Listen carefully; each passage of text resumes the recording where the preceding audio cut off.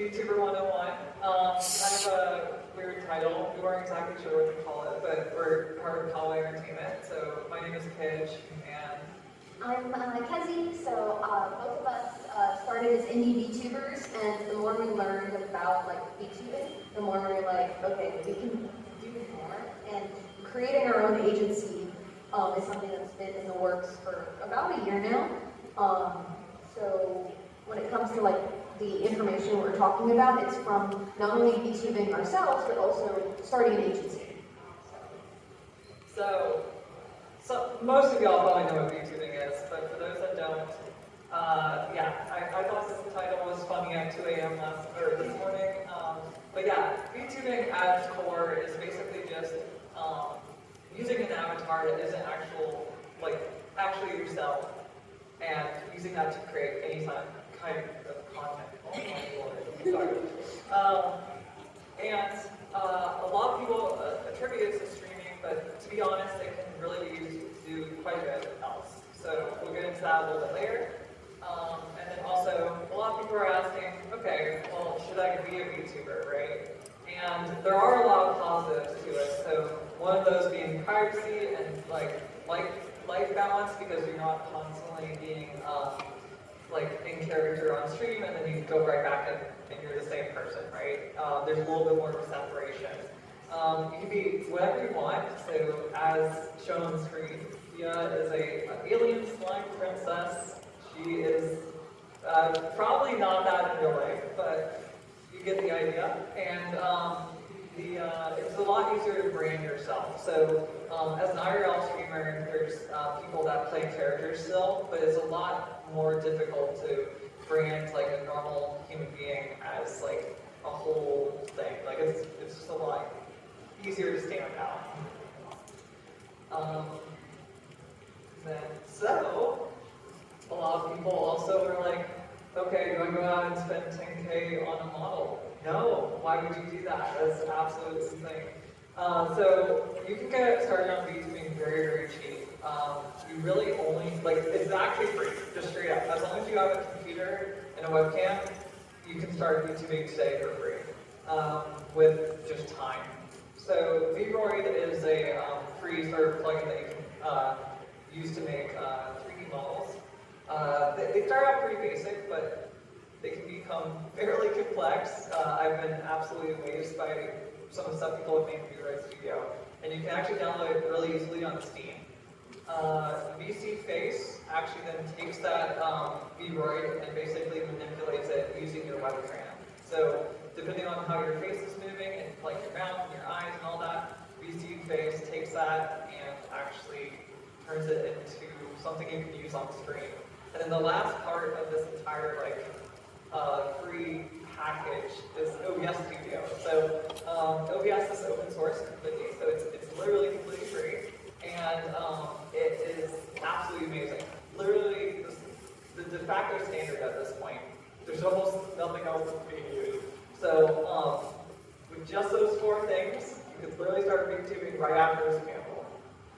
And I used the VRoid model when I was VTubing. It was modified, and you can add things in other programs like Blender if you want things that aren't offered by the program itself. That adds itself to the VRoid Studio, the engine that creates the models is very easy to learn. You can also draw in Photoshop if you have any artistic talent. You can draw the patterns in the shirt and put things in. So very robust program, again, completely free.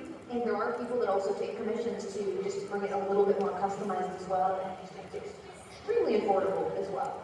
Yeah, even the base level commissions I've seen are only a few $100, which is a lot better than 10,000, right?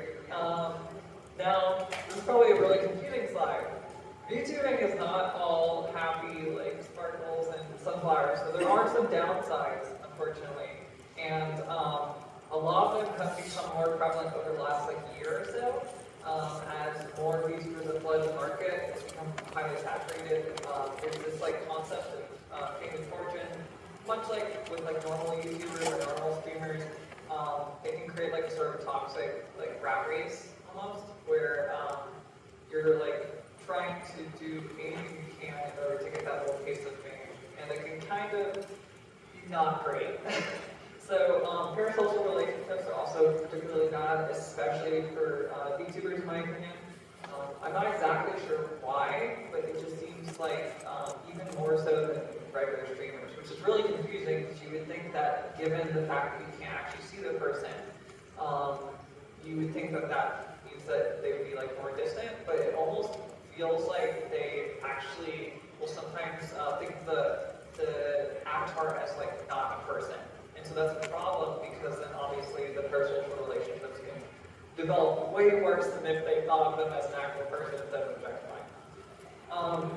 Constantly having to be on top of trends can be immensely, like honestly, just painful to do, and it can be very draining on you. So there's obviously issues with that. And then it heavily restricts your content creation styles. So obviously being a VTuber, you can sort of do AR stuff. You can mix stuff in like green screen. We'll get to that a little bit later.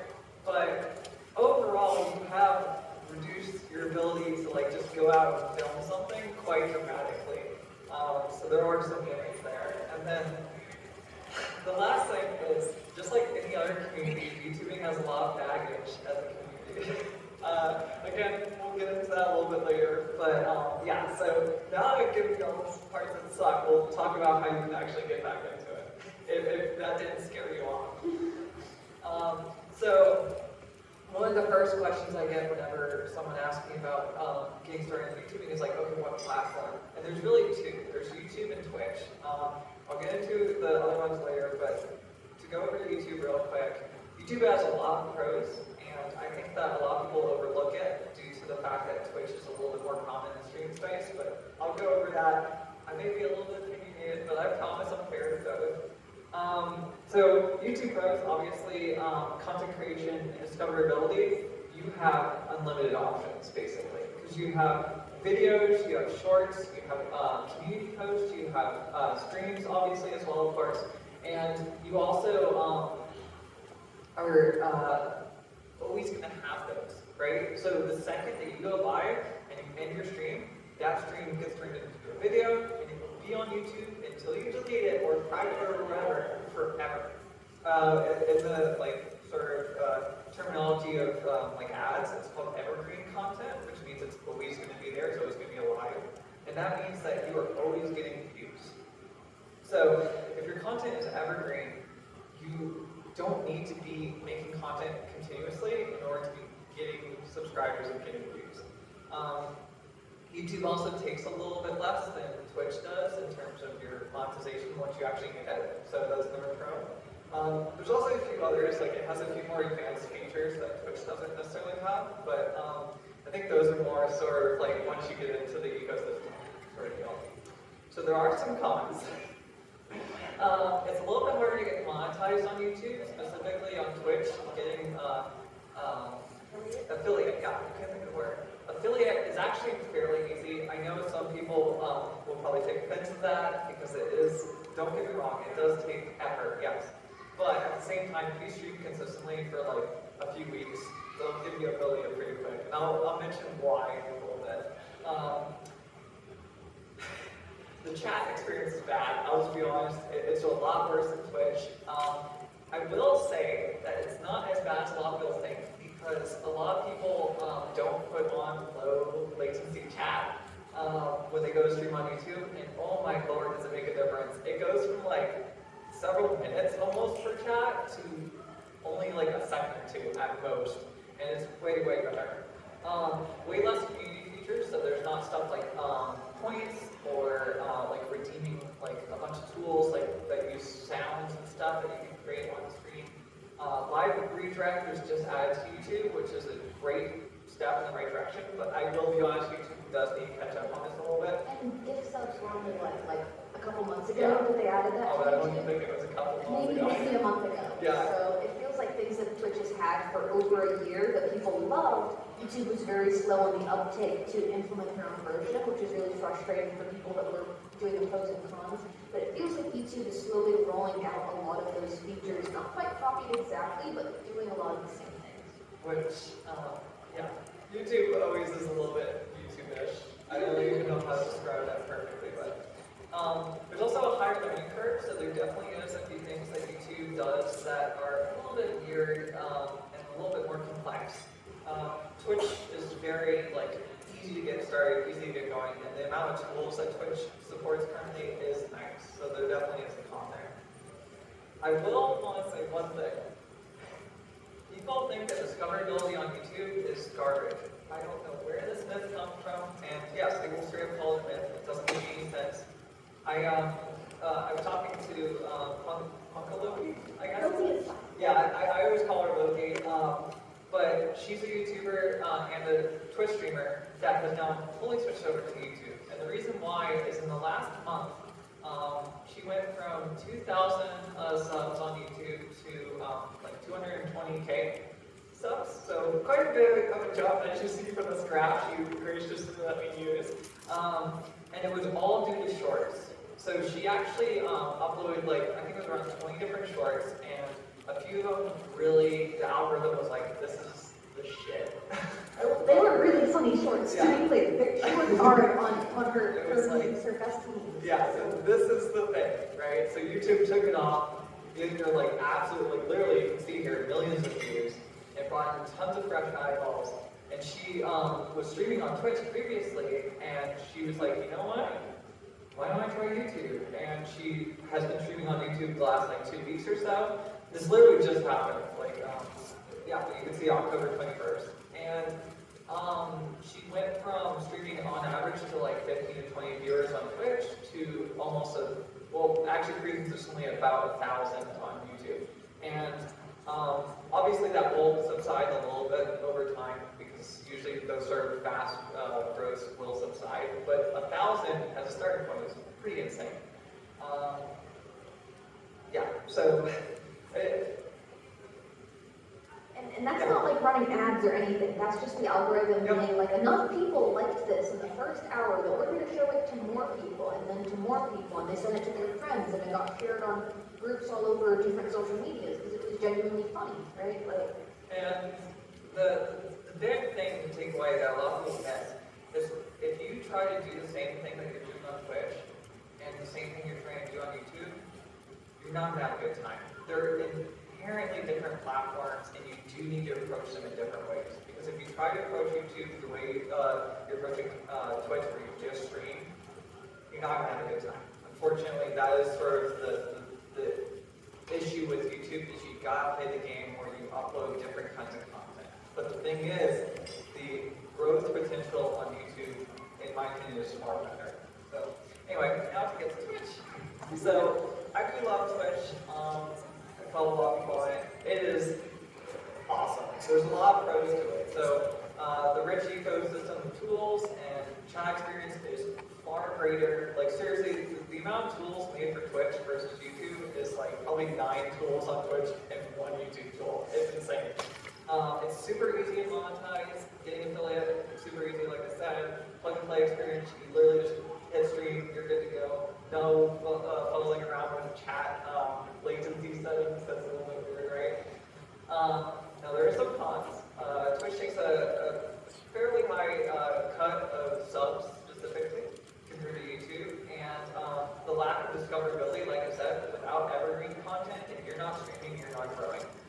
You have to be either promoting yourself on Twitter or TikTok or whatever, and that's the only way that you're growing outside Twitch, because you can't grow on Twitch unless you're streaming. You focus entirely on streams, no other content. Yeah, so obviously Twitch is entirely streams. There are VODs that you can watch, but I'm going to be real. Does anyone on here ever watch VODs on Twitch? Yeah, exactly. It's just, you don't go there for it. You're going there for live content. And it's also missing a lot of the features that YouTube has, like scheduled streams and community posts. So, yeah. There's some other ones. So, as I alluded to earlier, TikTok, BiliBili, there's a few others. They all exist. They're not as prominent in the US sort of VTubing space, so I didn't want to touch on them too much. We honestly don't know enough about them in terms of their streaming platforms. TikTok streaming platform has just recently started becoming a thing. TikTok as a platform itself, though, is definitely usable as an augmentation to your YouTube. you're uploading YouTube Shorts, you should be uploading them to TikTok and vice versa. There's no point not to. And in fact, it's really weird. We've noticed that if you upload something to YouTube Shorts and to TikTok, weirdly enough, one of them will probably explode and the other one will die instantly. And we don't know why. It's hilarious that it's so consistent. I don't know why. But yeah, so that's it for the platforms, and now on to content. So to give you a few examples of like what sort of content people do, NetProduce is one of the things that we actually sort of help run with Newsdrop, which is a VTuber news network. And they review games, anime, and like do a bunch of other stuff with like random different things. But they're pretty great, and they're an example of not only stream content, because I do play games on stream, but actually pre-record content as a VTuber. A lot of people, again, like I mentioned, mostly focus on streams, but genuinely there is a market for shorter form content using VTubers. So I really encourage y'all, if you're more into that sort of content, there's no reason to force yourself to stream, especially not for multiple hours.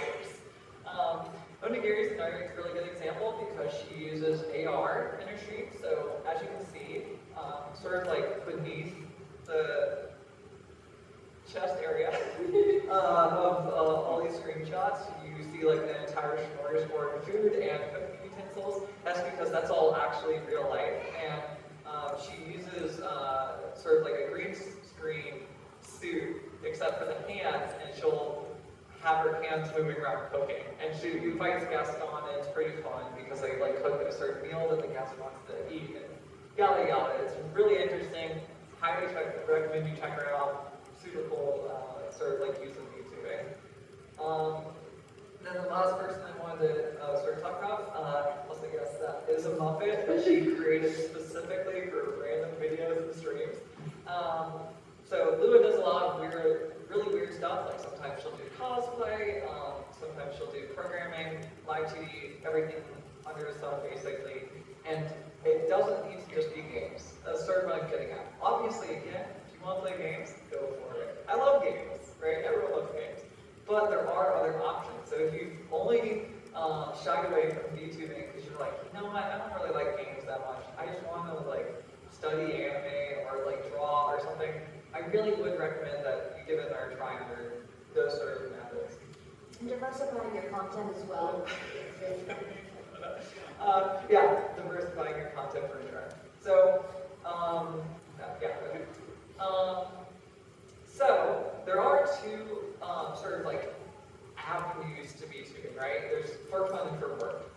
I don't think everyone should go into VTubing as a job. It's weird that that's like the thing that people want. A lot of people also do the same for like YouTube and stuff. Sometimes you just want to have fun making videos, right? And you should just do whatever you want. Literally, that's what I said right there. Do whatever you want. Don't feel pressured to do anything that anyone tells you to, or like if someone says a certain thing that you should be doing, don't worry about it. Just do whatever you want. If you're doing it for fun, take it chill, all that. What's that? Oh yeah, go for it. So when I started VTubing, it was one of those things where like people had always said that my voice was like annoying, and it had been in the back of my head. And having a chat, even if it was only like 5 to 10 people, and they're like, oh, your voice is so cute, it kind of helped me grow past that bias that I built in my own mind for my own content. And it had people appreciating me for my art that I did and just my humor and things like that in a way that you know they're not looking at you. They're not saying those things to compliment you. They're complimenting your ideas and your personality and your voice. And it felt really genuine to me. And I wasn't doing it for money, right? Like I wasn't trying to be a full-time content creator, but I really, really enjoyed those days and the friendships that I made as I just VTubing for fun. It was my original character that I created. And I think that's priceless, right? But if you want to do it for work, then it requires this, like, such kind of dedication and time that you can't just say, quit your job and do VTubing and get rid of it. It can really suck the fun out of it, genuinely. So if that's not something you want to do, you shouldn't feel pressured to do so. I think a lot of people just sort of slip into that. They're like, oh, I want to make this a job eventually. You don't have to. So For work, obviously, you should be focusing on creation of like stories. The example I give is no one cared about council's lore. Everyone was very confused. They were like, "What is this? I don't understand." But they do care about Pony craving Subway all the time, or Mume like eating berries all the time, right? So you have to create stories with your community. That's the stuff that keeps people around. It's not lore. People focus on lore all the time. I don't know why. I think it's sort of the VTuber wants lore, but the community doesn't care that much, sort of thing. And this is sort of weird because find your own niche is like, it should have an asterisk because we've met a lot of people that stream like one certain kind of content, like Minecraft content, or we worked with someone on merch that that purely makes content based on. Apparently, I'm getting hacked right now. Bank of America is. Bank of America is calling me, and they also were like, yeah, I'll deal with it later. I don't even have Bank of America out, so I don't know what's happening. But yeah, so he focused entirely on cupcake content, and that was his niche. Now, obviously, there's some issues with that. If you go too hard into a niche, then yeah, you can obviously if the community dies for that niche content, your channel's also going to die. But at the same time, if you're too varied, people don't really have a brand identity associated with you, so it's really hard for them to like recommend you to someone else. Also, this slide goes on forever, so that's why I put this here just for fun. I don't know. Cyberpunk's a good anime. Yeah, you should go watch it, seriously. But yeah, so iterate until you find exactly what works for you. Basically, a lot of people will sort of just like keep doing the same thing. And I know that you're probably like, oh, well, of course you do that, right? Like, of course you like change up your like way of approaching things. People don't, like really, they don't. I don't know why. It feels like you have to like slap them across the face and be like, no, like change that an hour later, change that an hour earlier. See if you're trying to be hitting, like, see if you should be hitting North America or Europe. See if you should be hitting an older or younger audience. Like, you have to try all these things. If you really want to do it for work, and if you really want it to work out, you've got to try everything. Consistency and quality, that's obvious. Like, if you're streaming consistently, if you're streaming 2 to 3 times a week, streaming every Friday, people are going to start learning that. They're going to start making time for your streams because you're consistent, and they can rely on that. And then be aware of trends. Obviously, you need to be on top of all of the trends going on. So, like playing Cyberpunk because people suddenly cared about it again because they anime. But it's fun. Oh, okay. So why sell out? Corporations are pretty nice. They actually afford you quite a bit. So obviously, as I said, we're Kawa Entertainment, so we are our own agency, and yes, I put our small ass agency next to the really two biggest ones in existence. He's like this big, they're like this big. No, they're like so big as soon as we like. Yeah. But yeah, you get the idea. Basically, management, forced accountability. Literally, one of our talents is just like, I'm just glad that y'all are around, so like I make schedules. Like that's the level of stuff that the managers are allowed to like push on them because they'll constantly remind them of stuff. They'll ask if they like need someone to be reached out to, all that sort of stuff. Just takes the weight off and it allows you to focus on the content creation. There's an immediate sense of community. So obviously, if you join as like an agency gen, your gen mates are just assume that they're going to be good friends of yours, or if not your gen mates, then the rest of the agency. You'll find someone in the agency that you're good friends with, and it also gives you an immediate sort of like there's fans of Michisanji, Fall Life, whatever, Shoujo, but there's also fans of individuals that become fans of the queer one, and then find someone else within that agency. We've noticed that actually quite a bit, where people initially were a fan of only one of our talents, then found out that they were part of this bigger thing called Kawa Entertainment, and then they like sort of were like, okay, well, let me check out their other talents, and who are these people? And yeah. It's really neat because we'll see a in one of our talents chats where they're like, the same name starts popping up, and then in our internal server, they'll be like, oh, that person's going to your stream now. Yeah, they're so great. Oh, they did the art the other day. And because this is a small community, even if our agency isn't large, we still have these people that are starting to become fans of everyone. So, like, one of the things we did is we provided all of the art assets, pricing, and stuff for our Halloween event that was, we broadcast on the 30th.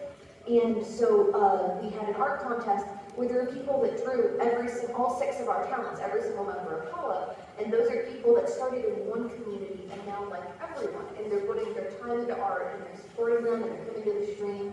And it's just, when you multiply that against like the biggest agencies where you're talking about hundreds of thousands of eyes, that is an instant step up for anyone that's able to enter that agency. Just the power of the connection. Yeah, and in terms of connections, we do quite a bit. So to give you an idea, we offer content appearances, management, design work, technology help, hosting of game servers, etc. That hosting of game servers, weirdly enough, is not what all agencies do. We found out AG doesn't host anything, which still blows my mind. The talents pay for their own Minecraft server. Yeah, I don't, that's insane to me. But, yeah, so, anyway, so the next one is, obviously, okay, if you're at this step, you're interested in corporations, what are some tips to get into one, right? So, obviously, it's based on our own way of picking people, so it might not be too general, but I do think that most of this is what people look for, if I'm being honest. So, effort.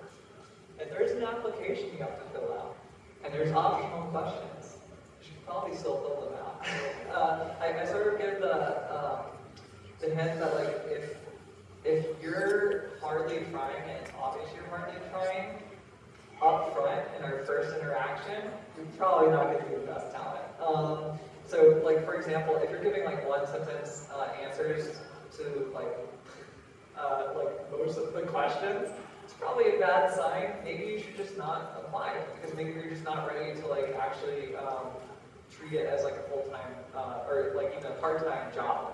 And I'll get into that like treating it as a job thing a little bit later. Yeah, so don't give half-hearted or weak answers as well. Quality, are you genuinely fun to watch? If I so during the application process, I would go to people's streams that happen to be live while we were going through the applications. And if I'm there and it's like dead air for 5 minutes, I'm like, maybe not, right? So obviously, like what you would expect to be fun in a VTuber or any streamer for that matter, you kind of need to like fill that up. So even though you're talking to like probably 1 or 2 people in the beginning, you gotta talk. You gotta learn how to talk to yourself. Like you look like a crazy person. But at the end, that's what's going to help you grow, not staring blankly at the screen. So make sure that you're like actually putting forth the effort to, even if you have a smaller audience, maintain that sort of level of headedness. Yeah.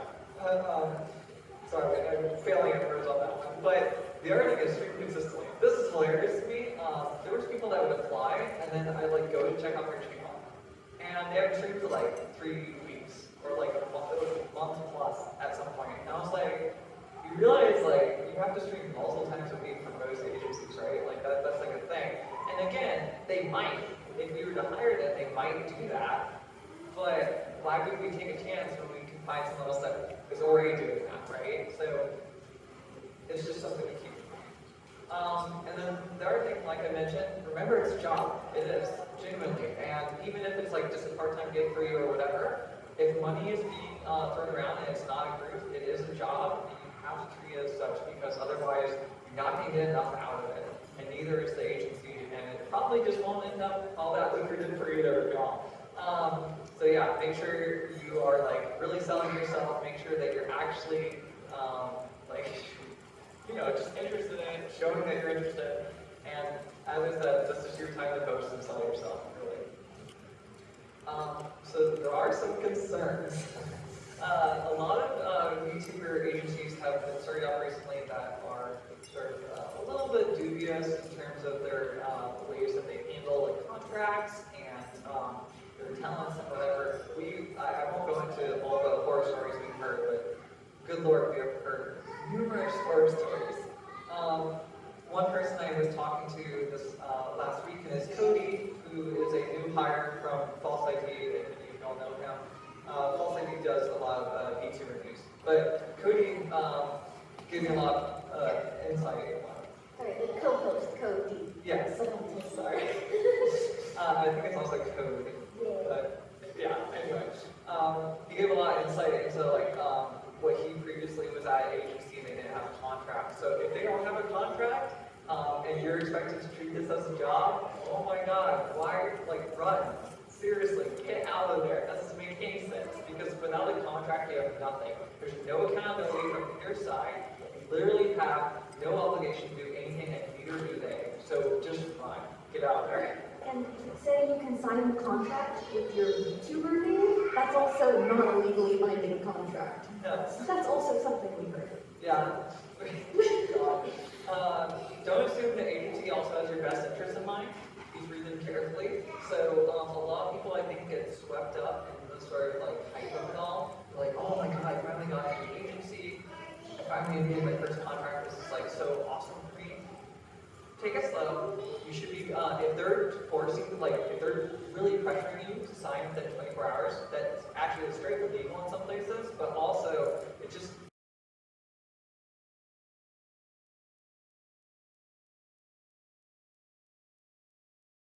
registered business, that they have a CEO registered with a real name. If they're just a username, that's kind of weird. So that sort of stuff is also red flags. So that's it.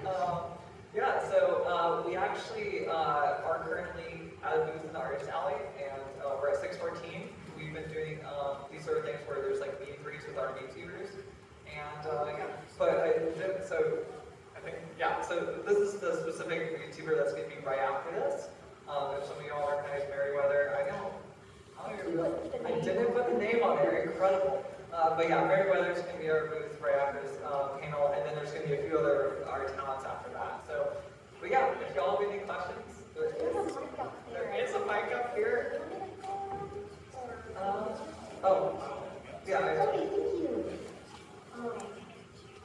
When we were making this panel, this is actually the second time we've done this. The first time we were very, very, had the very simple, the history of VTubing or who is the first VTuber. We felt like 90% of the people in the audience knew who Keys and I was. And so that's why when we did this time, we did a lot more of the in-depth stuff, more of the agency side, and I felt pretty good. Yeah, cool. So thank you for the feedback. this is where we want to go with this panel moving forward. So yeah. If anyone has a question, if you want to raise your hand. You have to come up here if you.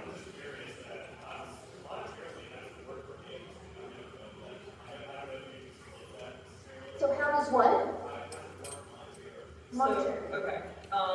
So a lot of agencies will take a percentage, typically a percentage of the total profit for the VTuber, and basically give them the things that we mentioned earlier. So in the case of Kawa, we're actually one of the ones that takes the least amount. We don't take from donations, and we currently only take from subs. And we also give them a cut of all the merch sold. So it depends. We're kind of on the lower end of what we take, but then there's VTuber actually doesn't take anything from their talents, but then I still don't really know how to make money out of it, but that's an entirely different thing. But yeah, and then Cover obviously takes an undisclosed amount because they're a Japanese company and they don't like talking about that sort of stuff. Yeah, it really just depends. It's completely different. We've heard horror stories where after signing up, oh, you got the model, but 70% of what goes you to the make, agency. the donations, the subscribers, the bits, any bit of money that's coming in from any of your stores or merchandise, 70% of that was going to the company, and less than 30% after fees was going to the VTuber. But the model was That is not us, to be clear. That is not okay, first of all. That is really tough. And I've also had the agencies where they're like, oh, we only pay, they don't even pay on a regular basis. It was really murky, and that's also concerning, right? Because the contract should say how often you're paid, right? And their money is being pushed around, it's never being paid out. So That being said, it also, something I would say like monetization wise, you'll see a big difference between agencies that are like have a wealthy investor. Because if that investor is involved and has we need to make back this money, then you can see a lot more of our policies be reflective of that, which can be tough on the talents, where that is management's putting pressure to make money rather than grow naturally or enjoy themselves. Yeah. So it will depend just entirely on the contract and So all over the place. Yeah. anyone else with a question? Hello? How much creative input does the person have into the avatar? So for us, it's 100% because they got to design it themselves before they joined Kawa. But for a lot of other agencies, it depends again. Like for color, for example, they typically don't have a lot of input on the first model they get, but then they have more input on a new updated model that they have. So again, it's pretty all over the place. But yeah, for adoption style agencies, it's obviously basically 100%. Yeah. There is an agency that I think Real Corp that started recently, and so they actually advertise everything we have 5 completed models, and if you apply and are accepted, you will get one of these models. And they're high quality models, so they were done before applications even started. That's typically the case with most agencies. Yeah. Yeah. So if you fit the character, they were more casting a character than they were looking for the most skilled person, I think. That's a good way to put it. Yeah. Anybody else? Just because more recently with VTubers, their avatars are changing more often.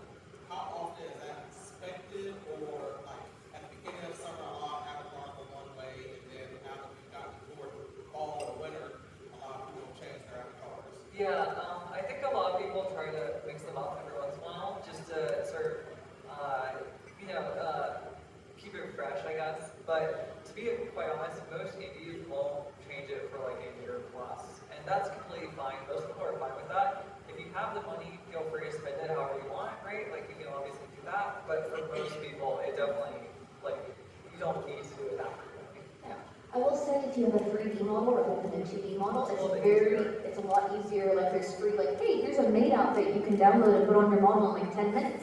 Made outfit stream. So with a 3D model compared to a 2D model, it's a little bit easier. But now that VTube Studio is putting that asset library, making it available, some of that saying hey, you can just download a little carrot friend to show on your shoulder. There is a lot more ways to without a huge financial investment. And then two over here. Actually, a really good question. So how hard would it be for PNG tubers? So we're talking about joining a corporation, I assume. When looking at applications, I believe that even some of the larger agencies did accept people that had either never streamed or they had really, really strong content with music or other things. So I think that it shouldn't be a stop, just because we don't provide the models. It was something that was a lot tougher for us. So unless it was a no from us, unfortunately. Unless there was a model coming immediately, you said, oh, my model will be done in a month, it would be really, really tough because we want to advertise, and build upon that. But other agencies, if they're reincarnated, yeah. I think there's a question in the back. Yeah? Yeah. Can I get a ooh? We've got 1 minute left. Yeah. Okay. So there's definitely a difference between male and female VTubers in terms of popularity. But what are those demographics like? What is the gap? So I have a lot of interesting things about that. A lot of people, I think, are like, oh my god, male VTubers aren't that popular. And I was like, have you guys watched the Sanki at all? They're the most popular VTubers are actually male. That being said, what's an interesting statistic? And I'm just going to say this. You can take that as you will. During applications for us, we saw that it was about 30% to 40%. I think it was 35, 36% was male that applied. We didn't actually have male, female, whatever we had the pronouns, but him, it was 35%. And then it was like another 35-ish% for she, her. And then the rest was like all non-binary, she, they, etc., all the other ones. And so it was almost 30, 30, 30 out of everyone. But then the last like 50 most popular in the people that applied, just based off raw numbers, it was actually shrunk, the guys shrunk down to less than 10%. It was like 8%, and the rest was all female and non-binary. So from our perspective, weirdly enough, yeah, it did look like, but also, yeah, it was just interesting. There's a lot, I do think that people focus too much on that, and it's like, I'm going to be real, there's a lot more male streamers that are more popular, so I think that they just don't make the transition to VTubing because they don't gain enough stuff from VTubing, and so they just stay male streamers and they stay in that corner. This is like a 2-hour full panel.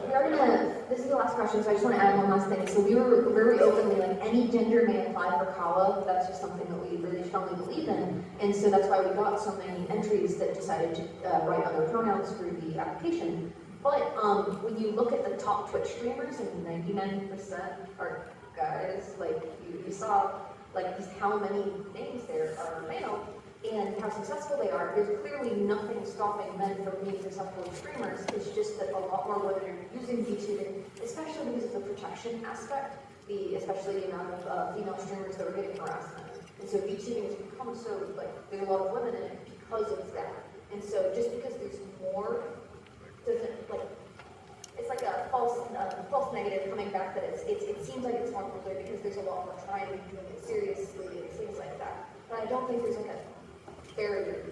Yeah. Right. Yeah. It's a complicated question. It's the answer to that question.